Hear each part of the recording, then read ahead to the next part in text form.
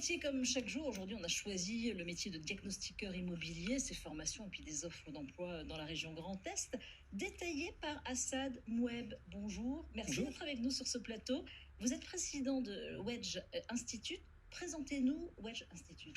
Alors Wedge Institute, ce sont des organismes de formation implantés partout en France, dédiés au métier du diagnostic immobilier et de l'efficacité énergétique, s'adressant à des personnes à la recherche d'un emploi ou en reconversion professionnelle. Et les diagnostiqueurs, évidemment, immobiliers sont recherchés actuellement avec les nouvelles règles, les nouvelles aides pour toutes les rénovations énergétiques. Beaucoup de Français font appel justement à ces aides et donc à des artisans.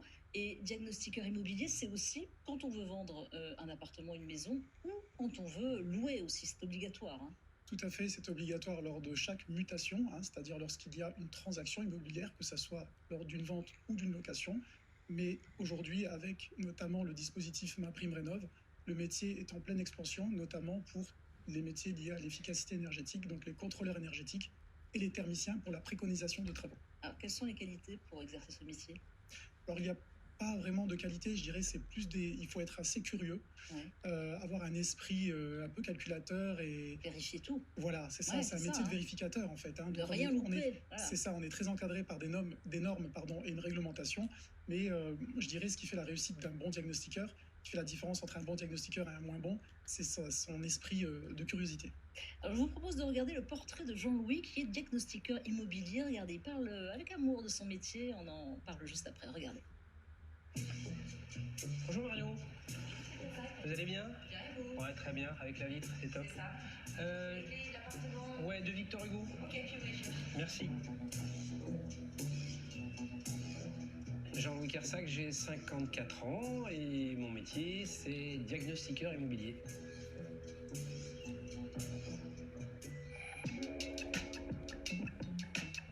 J'avais un bon job, j'avais un bon salaire, un bon titre, j'étais dans une bonne boîte, tout allait très bien. Il y a un moment dans la vie d'un homme, on se dit qu'est-ce que je fais de mes 20 prochaines années, quoi. En discutant avec des gens qui sont dans l'immobilier à l'époque, me disaient mais tiens, diagnostic, c'est technique, ça demande de la rigueur, ça pourrait bien correspondre à ce que tu sais faire.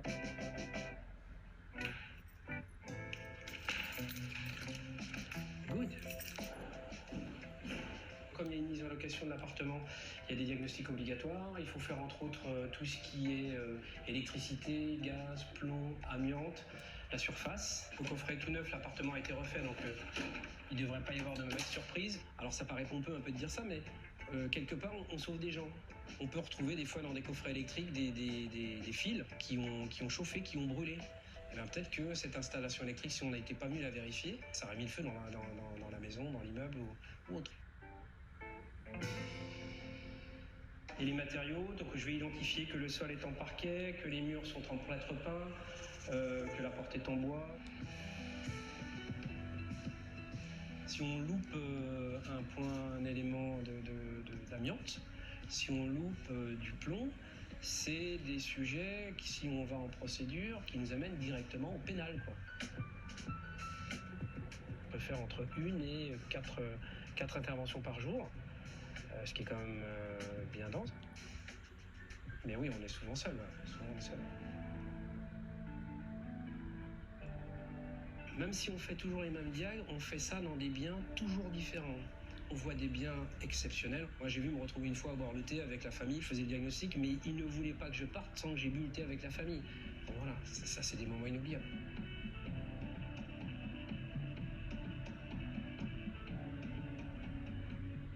On l'a vu, Jean-Louis, diagnostiqueur immobilier, il est sérieux, il vérifie tout.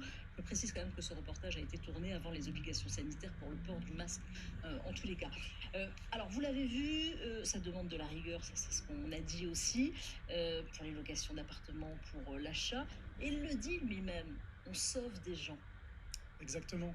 C'est-à-dire que vous avez à contrôler le risque gaz, le risque électrique, le risque d'intoxication au plomb et à l'amiante. Donc effectivement, vous sauvez des gens dès lors que vous détectez ces risques-là.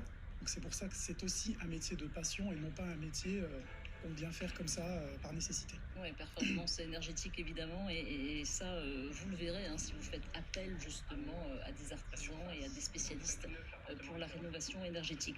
Alors, vous formez, par contre, parce qu'il y a des formations après le bac, par exemple, préparer le BTS profession immobilière, il y a bac plus 2, il y a bac plus 3, mais il faut comprendre que Wedge Institute propose, alors par exemple, à des artisans, à des entreprises, de former leurs salariés. Tout à fait. C'est ça, mais aussi des téléspectateurs qui nous regardent, comme ce monsieur Jean-Louis qui, dans ce reportage, qui a dit c'est une reconversion, qui nous regardent, qui ont peut-être envie de changer de métier et qui peuvent se diriger vers cette voie. C'est exactement la base en fait de notre organisme de formation Wedge Institute, qui s'adresse en particulier à ces personnes qui veulent réorienter leur carrière, Ouais. ou des personnes qui sont demandeurs d'emploi. Et ça s'adresse aussi bien à des personnes qui ont été en échec scolaire par le passé. Ça ne les empêchera pas de valider un diplôme allant de bac plus 2 à bac plus 3, en l'occurrence pour ce qui est du diagnostic immobilier, voire par une passerelle aller jusqu'à bac plus 5 sur les métiers liés à l'efficacité énergétique, comme des personnes qui viennent déjà d'une filière bâtiment ou d'une filière classique, qui ont déjà un bac plus 2, un bac plus 3, mais qui veulent ajouter des compétences telles que celles du diagnostic immobilier. Bien sûr, parce que c'est un métier là qui va gagner évidemment d'année en année, et il y aura beaucoup de demandes un peu partout. C'est ça, grâce au dispositif MaPrimeRénov, qui s'impose en fait comme le dispositif numéro 1 dans la rénovation énergétique. Rien que si on regarde les chiffres de l'année écoulée, il y a eu 250 000 logements rénovés, ce qui est un bond de 60% par rapport à l'année 2019. Et ces rénovations ont généré à elles seules, en direct dans la filière bâtiment, plus de 50 000 emplois. Donc on s'imagine, selon les chiffres de l'ANA qui prévoit durant l'année 2021 600 000 rénovations pour cette année-là. Ouais. Donc on imagine bien une multiplication par 3 des offres d'emploi dans ces secteurs d'activité. Dans les prochaines années, Exactement. évidemment. Alors, il y a 12 centres de formation, c'est ça? C'est ça. En France, 96% de taux de réussite pour les personnes qui viennent vous voir. Comment ça fonctionne? C'est-à-dire que là, vous me parliez des personnes qui veulent se reconvertir, par exemple. Des personnes qui n'ont pas le bac peuvent venir quand même?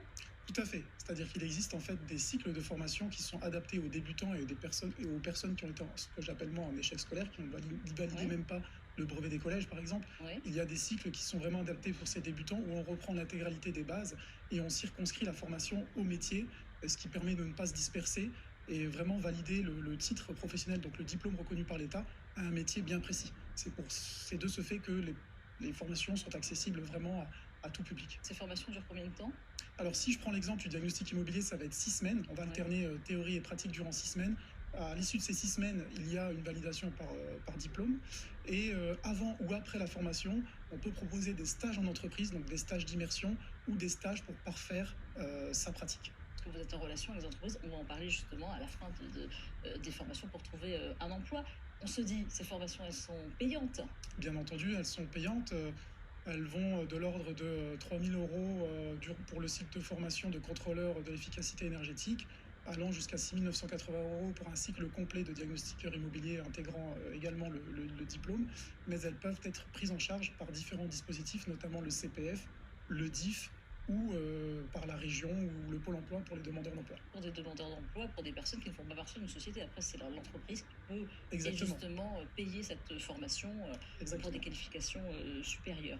Alors, ces formations, évidemment, on se dit, une fois que la formation est terminée, est-ce que c'est la personne qui va aller chercher du travail, ou est-ce que vous les mettez en relation avec des sociétés? Alors, il est vrai que ce sont des métiers qui sont hyper recherchés, c'est-à-dire que la plupart des personnes qui entrent en formation ont quasiment déjà un emploi à la clé, parce qu'on travaille avec un réseau d'entreprises qui recrutent. Et en ce moment, malgré la crise sanitaire que l'on connaît, ce sont des métiers résilients, il faut le savoir, et des métiers qui résistent très très bien à la crise.